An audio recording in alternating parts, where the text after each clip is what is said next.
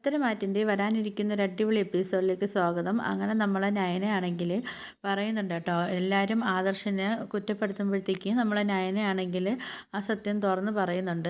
പിന്നെ ചന്തുമോളുടെ അച്ഛന് ആദർശേട്ടനല്ല, പിന്നെ നിങ്ങളുടെ മൂത്ത മോളെ ഭർത്താവ് അഭിയാണ് പിന്നെ ചന്തുമോളുടെ അച്ഛൻ എന്നൊക്കെ പറയുന്നുണ്ട് കേട്ടോ. അപ്പോൾ ഇവരാണെങ്കിൽ ഞെട്ടിത്തിരിച്ചൊക്കെ നിന്ന് ചെറിയൊരു സന്തോഷമുണ്ട്. കാര്യം വെച്ചാൽ അവർ പറയുന്നുണ്ട്, കനക പറയുന്നുണ്ട്, എന്തായാലും പിന്നെ ആദർശമോനല്ലെന്നുള്ളൊരു ഇതുണ്ട്. കാര്യം വെച്ചാൽ അഭിയാണെങ്കിൽ അവൻ ഇതൊക്കെ ചെയ്യുമെന്നുള്ള കാര്യത്തിൽ നമുക്കറിയാം. അവനിങ്ങനെയുള്ള കാര്യങ്ങളൊക്കെ ചെയ്യുകയും ചെയ്യും.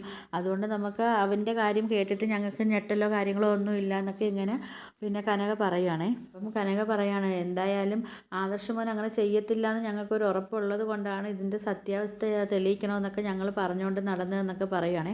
അപ്പോൾ കനക പറയുന്നുണ്ട്, ചേച്ചിയെ സങ്കടപ്പെടുത്തേണ്ടതെന്ന് കരുതിയാണ് ആദർശേട്ടനായാലും ഞാനായാലും എല്ലായിടത്തു നിന്നും എല്ലാം മറച്ചൊക്കെ കൊണ്ട് നടന്നതെന്നൊക്കെ ഇങ്ങനെ പറയുക.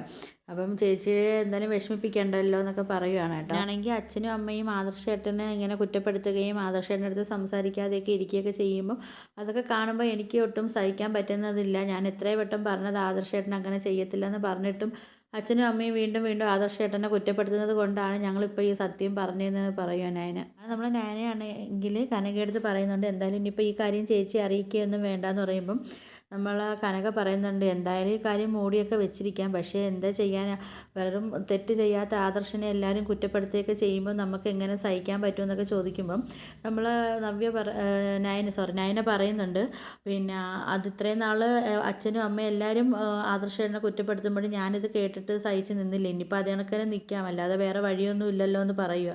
അങ്ങനെ നമ്മളെ കനകയും ഗോവിന്ദനും ഒക്കെ നമ്മൾ ആദർശിൻ്റെ അടുത്ത് മാപ്പൊക്കെ ചോദിക്കുന്നുണ്ട് കേട്ടോ. അപ്പം ആദർശ് പറയുന്നുണ്ട്, അതൊന്നും കുഴപ്പമില്ല അച്ഛാ, എന്തായാലും നമ്മളെ നവ്യയുടെ ജീവിതം സേഫ് ആവാൻ വേണ്ടിയല്ലേ, അത് കുഴപ്പമില്ല എന്നൊക്കെ പറയും. എന്തായാലും അബിയെ ഇങ്ങനെയൊന്നും വിട്ടാൽ പറ്റത്തില്ല. കാര്യം വെച്ചാൽ അവന് എട്ടിൻ്റെ പണി കൊടുത്ത് അവനെ കൊണ്ടുവരണം, പക്ഷേ അത് നമ്മൾ ചെയ്യുമ്പോൾ പ്ലാനിങ്ങോടെയൊക്കെ ആയിരിക്കണം നമ്മൾ ചെയ്യാനെന്നൊക്കെ പറയുമ്പോഴത്തേക്ക് കനകയും പറയുന്നുണ്ട്, അത് ശരിയാണ്, പക്ഷേ ഇത്രയും തെറ്റ് ചെയ്യുന്ന ഒരുത്തനെ എന്ത് ചെയ്യാനാ നമ്മൾ, പക്ഷെ അതിനിപ്പം നവ്യ അറിഞ്ഞാലും കുഴപ്പമില്ല. ഇത്രയും കള്ളനായിട്ട് നടക്കുന്ന ഒരുത്തനെ എന്നെ എന്ത് ആലോചിച്ചിട്ട് നമ്മൾ വിശ്വസിക്കുന്നത്, അതിനിപ്പം നവ്യ അറിഞ്ഞാലും അത് സാരമില്ല. കാര്യം വെച്ചാൽ ഇത്രയും പിന്നെ ക്രിമിനലായിട്ട് ഒരുത്തൻ്റെ കൂടെ ജീവിക്കുന്നതിലും നല്ലത് ചെയ്തവനെ നമ്മൾ നിയമത്തിൻ്റെ മുമ്പിൽ കൊണ്ടുവരുന്നത് തന്നെയാണ് നല്ലതെന്നൊക്കെ പറയുകയാണ് കനക.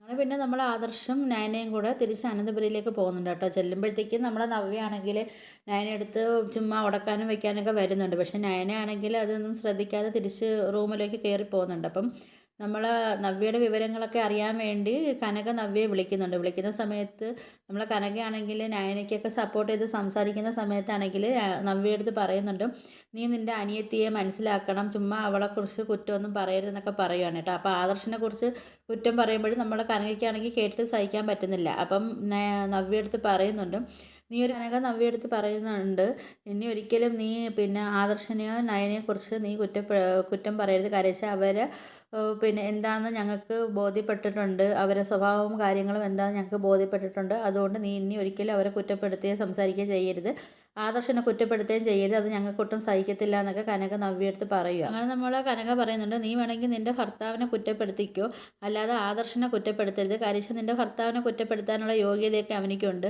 അല്ലാതെ ആദർശന് അങ്ങനെയൊന്നും ഇല്ല, അതൊന്നും ഇനി ആദർശനെ പറഞ്ഞാൽ ഞങ്ങൾക്ക് സഹിക്കില്ല എന്നൊക്കെ പറയും. ഇതാണ് കേൾക്കുമ്പോൾ നമ്മൾ നവ്യയ്ക്കാണെങ്കിൽ ദേഷ്യം വന്ന് നിൽക്കുക കേട്ടോ. എന്നിട്ട് നമ്മൾ നവ്യ കനകയെടുത്ത് ചോദിക്കുന്നുണ്ട്, അമ്മയ്ക്ക് എന്താ ഒരു പെട്ടെന്നൊരു മനമാറ്റം, കാര്യം വെച്ചാൽ ഇത്രയും നാൾ ആദർശേട്ടനെ കുറ്റം പറഞ്ഞുകൊണ്ടാണല്ലോ അമ്മ ഇരുന്നത്, ഇപ്പം എന്താ അമ്മ ഇപ്പോൾ ഒരു മനമാറ്റം, ഇപ്പം നേരെ തിരിച്ച് തലതിരിച്ചൊക്കെ സംസാരിക്കുന്നുണ്ടല്ലോ, ഇനിയിപ്പോൾ എൻ്റെ അനിയത്തിയൊക്കെ അവിടെ വന്നിട്ട് അമ്മയ്ക്ക് എന്തെങ്കിലും ബ്രെയിൻ വാഷൊക്കെ ചെയ്തോ, അതോ ഇനി അവർക്ക് നല്ല രീതിയിൽ സംസാരിക്കാൻ വേണ്ടി ഇനി എന്തെങ്കിലുമൊക്കെ അമ്മയ്ക്കൊക്കെ തന്നോ എന്നൊക്കെ ഇങ്ങനെ ചോദിക്കുന്നുണ്ട് കേട്ടോ. അപ്പോൾ ഇതൊക്കെ കേൾക്കുമ്പോൾ നമ്മളെ കനകയ്ക്കാണെങ്കിൽ ദേഷ്യം വന്നിട്ട് നിൽക്കുക കേട്ടോ. അപ്പോൾ നിങ്ങൾക്ക് എൻ്റെ വീഡിയോസൊക്കെ ഇഷ്ടപ്പെടുകയാണെങ്കിൽ ഒന്ന് ലൈക്ക് ചെയ്ത് ഷെയർ ചെയ്ത് സബ്സ്ക്രൈബ് ചെയ്ത് കൂടുള്ള ബെല്ലൈക്കനോട് ഒന്ന് എനേബിൾ ചെയ്ത് സപ്പോർട്ട് ചെയ്യണേ.